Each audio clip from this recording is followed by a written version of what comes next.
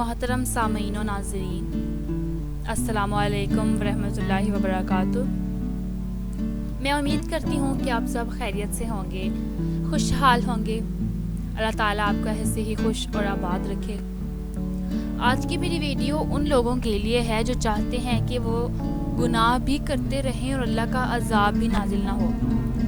मैं उम्मीद करती हूँ कि ये मुख्तसर सी वीडियो देखने के बाद आपको अंदाज़ा हो जाएगा कि आप किस तरह गुनाहों से बच सकते हैं, किस तरह अल्लाह के अज़ाब से बच सकते हैं। इससे पहले कि मैं अपनी वीडियो के मौजू की जानिब बढ़ूँ, तमाम नाज़रीन जो मेरे चैनल पर नए हैं उनसे रिक्वेस्ट है कि चैनल को सब्सक्राइब कर दें ताकि अपलोड होने वाली हर वीडियो का नोटिफिकेशन आपको मिलता रहे। तो वीडियो का मौजू है कि गुनाहों से छुटकारा कैसे हासिल किया जाए। एक शख्स हज़रत इब्राहीम बिन अदहम के पास आया। नौजवान था, कहने लगा, हज़रत गुनाह का मुर्तकब होता हूँ, छोड़ा भी नहीं जा सकता, डर भी लगता है कि अज़ाब होगा, तो कोई तरीका बता दें कि मैं अज़ाब से बच जाऊँ और गुनाह भी करता रहूँ। अल्लाह वाले बड़े दाना बीना होते हैं, वो धक्के नहीं देते, वो मोहब्बत और प्यार से बात समझाते हैं और इस तरह समझाते हैं कि बात दिल में उतार जाते हैं। हज़रत ने फरमाया, हाँ मैं तुझे तरीका बताता हूँ। वो बड़ा खुश हो गया, बात सुनने के मूड में आ गया। कहने लगा कि हज़रत वो कौन सा तरीका है कि मैं गुनाह भी करता रहूं और अज़ाब व सज़ा से भी बच जाऊं। आपने फरमाया कि भाई पहली तजवीज़ तो ये है कि अगर गुनाह करना ही है तो अल्लाह रब्बुल इज़्ज़त की निगाहों से ओझल होकर कर लिया करो। अब वो सोचता रह गया, कहने लगा कि हज़रत ये कैसे मुमकिन है कि मैं अल्लाह रब्बुल इज़्ज़त की निगाहों से ओझल होकर गुनाह करूं, ये तो मुमकिन ही नहीं। दूसरी तजवीज़, हज़रत ने फरमाया, फिर दूसरी तजवीज़ ये है कि तुम रिस्क खाना छोड़। हज़रत ये कैसे मुमकिन है कि मैं खाना खाना छोड़ दूं, फिर मैं ज़िंदा कैसे रहूँगा। तो हज़रत ने फरमाया कि अल्लाह से कह देना कि ना तुम्हारा खाना खाता हूँ और ना ही तुम्हारी कोई बात मानता हूँ।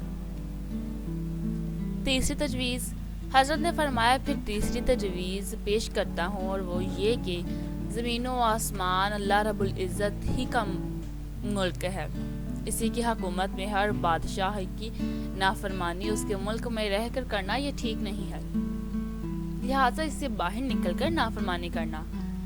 अल्लाह पाक भी कुरान पाक में अजीब अंदाज से फरमाते हैं, अगर तुम्हारे अंदर इस्तिताअत है कि ज़मीन व आसमान के करों से बाहर निकल सकते हो तो निकल कर दिखलाओ।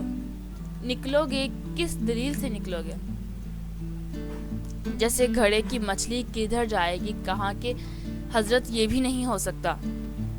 चौथी तजवीज़, फरमाने लगे, अच्छा फिर एक तरीका और बताता हूँ, वो ये कि जब मुल्कुल मौत आए रूह कब्ज़ करने के लिए तो उन्हें कह देना कि थोड़ा इंतज़ार कर लो ताकि मैं तौबा कर लूँ। उसने कहा, हज़रत वहाँ तो इंतज़ार का तसव्वुर ही नहीं, जब मौत आती है तो ना एक लम्हा आगे होती है और ना पीछे। पांचवी तजवीज़, फरमाया एक तरीका और बताता हूँ, वो ये कि जब कब्र में तुमको दफन कर दिया जाए और उस वक्त मुनकिर नकीर आए तुमसे सवाल पूछने के लिए तो तुम कह देना कि बगैर इजाज़त क्यों आए हो। उसने कहा, हज़रत मैं उनको कैसे मना कर सकता हूँ। छठी तजवीज़, फरमाने लगे, अच्छा भाई एक और तरीका बताता हूँ, वो ये कि जब क़यामत के दिन तुम्हारे बुरे अमलों को खोला जाएगा और परवरदिगारे आलम फरिश्तों को हुक्म देंगे कि इसको घसीट कर जहन्नम में डाल दो, तो तुम उस वक्त ज़िद करके खड़े हो जाना कि मैं तो नहीं जाता। उसने कहा कि हज़रत मेरी क्या हैसियत है कि फरिश्तों के सामने ज़िद करके खड़ा हो जाऊं, मेरी तो कोई औकात ही नहीं। अब लोहा गर्म था और चोट लगाने का वक्त था। फिर हज़रत ने फरमाया कि ऐ भाई, जब तेरी हैसियत ही कोई नहीं तो इतने बड़े परवरदिगार की नाफरमानी क्यों करता है? कहने लगा, हज़रत आज से मैं गुनाहों से तौबा करता हूँ और आज के बाद वादा करता हूँ कि अपने अल्लाह की नाफरमानी कभी नहीं करूँगा।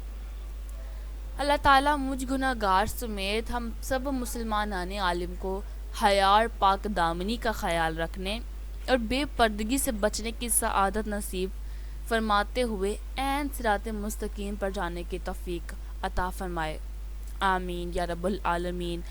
میں امید کروں گی یہ مختصر واقعہ آپ کی سوچ میں گہرا اثر ڈالے گا۔ اب یہ آپ کا نفس ہے کہ کتنا کمزور ہے اور کتنا طاقتور ہے کہ آپ کو گناہوں سے بچا سکے۔ امید کرتی ہوں کہ یہ ویڈیو آپ اپنے دوستوں یا فیملی فرینڈس کے ساتھ شیئر کریں گے۔ ممکن ہے کوئی ایک چھوٹے سے عمل سے نیکی پکڑے۔ ویڈیو پسند آئے تو لائک، کمنٹ، شیئر کیجیے گا اور چینل کو سبسکرائب کرنا مت بھولیے گا۔ اپنے دعاؤں میں یاد رکھیں۔ اللہ حافظ۔